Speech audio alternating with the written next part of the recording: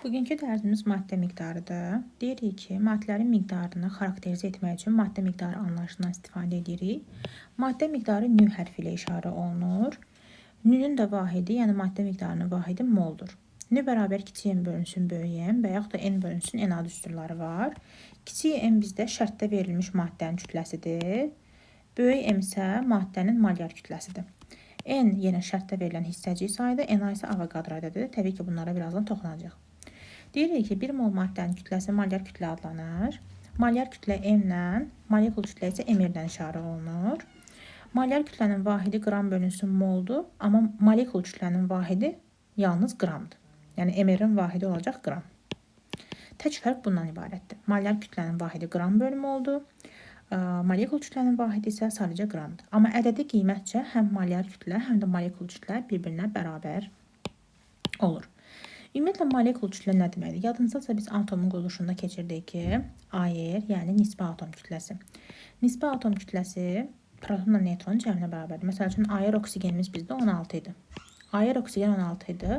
Oksigen atomuydu. Molekul şəklində yazılırdı O2.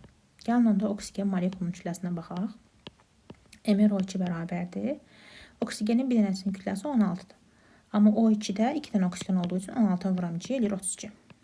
Yəni, deməli, oksigenin molekul kütləsi 32-dir. 32 qramdır. Oksigenin molyar kütləsini istəsə, M oksigen bərabərdir. Yenə 32 qram bölünsün mol. Tək fərq vahidlərindədir. Və yaxud da gəlin başqa bir maddənin molekul kütləsini tapaq. Məsələn,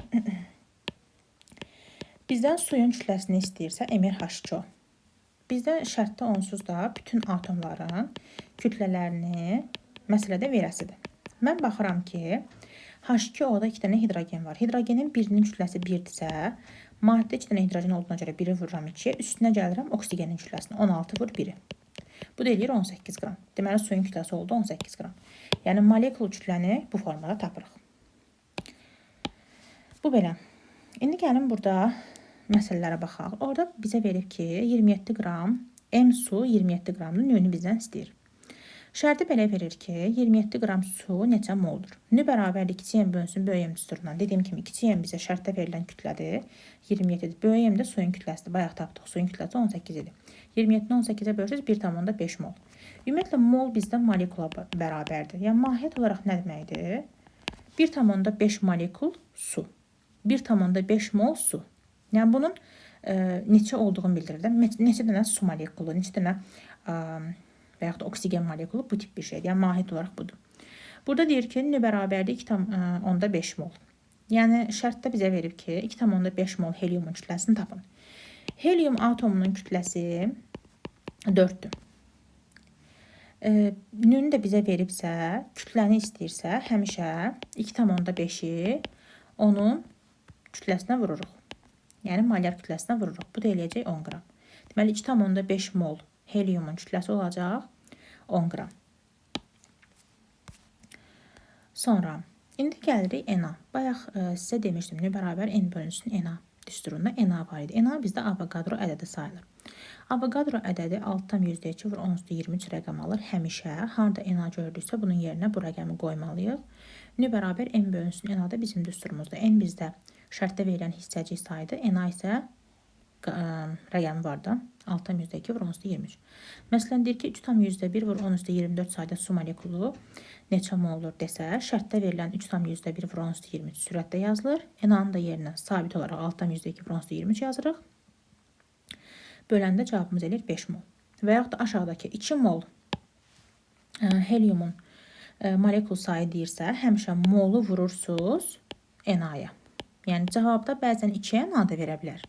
Və yaxud da Na-nın yerinə 6,2 vur 10^23 də qoyub verə bilər. Məsələn, desək ki, 5 mol H2O-da, gəlin baxaq, neçə atom var? Baxın, bunu bizdən istəsə, belə bir sual istəsə. Mən baxıram ki, H2O-da atomların sayı 3 dənədir. 2 dənə hidrogen atom var, bir dənə də oksigen atom var. Ümumi 3 dənə atomdur. Bir dənə su molekulunda 3 atom var. Amma burada deyir ki, 5 mol su. Onda 5-i vuracam 3-ə, tapacam 15 Na. Ya cavabda mənə 15 Na şəklində verəcək, ya da Na-nın yerinə rəqəm qoyacaq. 15 vurulsun 6,2 vurulsun 23. İndi cavablarda o məsələdə nasıldır? Bəzən 15 NA şəklində verir cavablarda, bəzən də bu formada verir. Yəni belə bir şey də ola bilər.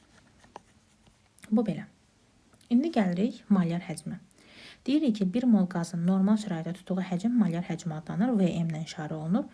Bu da yenə New'nun düsturudur. N bərabərdir V bölünsün VM. Burada V yenə bizə şərtdə verilən həcmdir. VM də qazların molyar həcmidir və qazların molyar həcmi də 22,4-dür. Davam edək. Baxın, bütün qazlar normal şəraitdə 22,4 litr həcm tutur.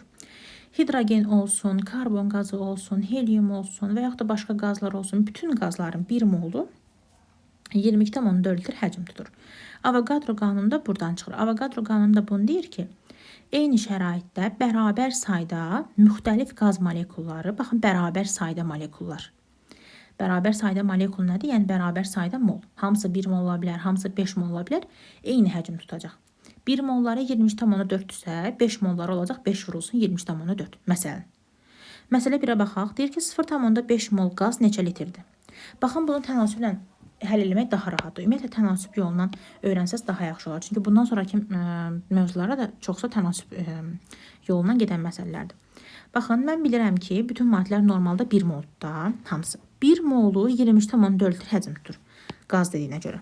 Bəs 0,5 moldu X. Buradan çarpaz baxsaz, X vurulsun 1 bərabərdir. 0,5 vur 23,4.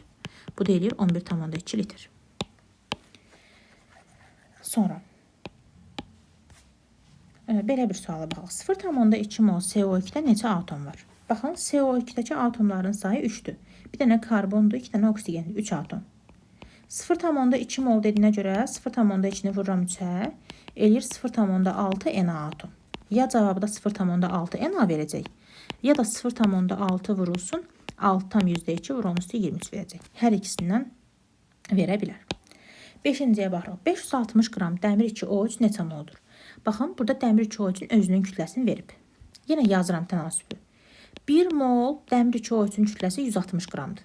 Normalı həmişə 1 moldur. X molum isə 560 qramdır. Baxın, həmişə molun altından mol yazıram, qramın altından qram yazıram. Vahidlər mütləq şəkildə paraleldə eyni olmalıdır. Buradan da X-i tapsam 160, X bərabər 560. Buradan da X-in neçə düşəcəksə cavabda olacaq. Çox güman ki, 3 tam nə qədərsə düşəcək. Məsələ 4-ə baxırıq. 192 qram H2SO4-də neçə molekul var? Baxın. 1 mol, ya da belə götürək də, 98 qram H2SO4 normalda 98 qramdır. Bir molekulunda, bir molekul yəni 1 mol deməkdir. Molekulla mol eyni şeydir. Bir molekulunda 98 qram H2SO4 bir molekul, belə deyək. Bəs X molekul H2SO4 192 qramdır. Buradan yenə 98X bərabər olacaq 192-yə. X-i tapacaqsınız 2 molekul. 2 molekul və yaxud da 2 mol ola bilər. Bu belə. Qazların sıxlığı. Deyirik ki, maddənin kütləsinin onun həcminə olan nisbəti sıxlıq adlanır. Rho bərabərdir M bölünsün V. Deməli, burada kütlənin vahidi qramdır, həcmin vahidi də litrdir. Deməli, Rho-nun vahidi olacaq qram bölünsün litr. Normal şəraitdə deyirik ki, qazların sıxlığı, baxın, qazlardan söhbət gedir. Qazların sıxlığı onların malyar kütləsinin malyar həcminə olan nisbətinə bərabərdir. Deməli, Rho bərabərdir M bölünsün VM. Burada Rho M-lə düz mütənasib asılı olacaq. Rho M-lə düz mütənasib asılıdır. Əgər bizə versə ki, bir hidrogen qazı verir, bir də oksigen qazı verir. İndi bunu məsəl üçün birinci qaz götürək, bunu da ikinci qaz götürək. Mən baxıram ki, hidrogen qazının kütləsi 2 qramdır, oksigen qazının kütləsi 32 qramdır. Mənə necə hidrogen oksigenin sıxlıqlarının müqayisəsini istəsə, mən görürəm ki, M2 böyüdür M1-dən. Yəni, oksigen kütləsi hidrogen kütləsindən böyüdür. Mən də görürəm ki, kütlə ilə sıxlıq düz mütənasib asılıdır. Əgər M2 M1-dən böyüdsə, deməli, Rho 2-də böyük olacaq Rho 1-dən. Yəni, qısaca deyirik ki, sıxlıq kütlə ilə düz mütənasib asılıdır. Kütlələrin müqayisəsi ilə sıxlıqların müqayisəsinə bərabər olmuş olacaq. Eyni şəraitdə bir qazın molyar kütləsinin digər qazın molyar kütləsinə nisbəti nisbi sıxlıq adlanır. Nisbi sıxlıq D hərfi ilə işarə olunur. Vahidimizdə yoxdur. D bərabərdir M1 bölünsün M2. Yəni bir qazın kütləsini o birisi qazın kütləsinə bölürük. Məsələn deyirəm ki, oksigen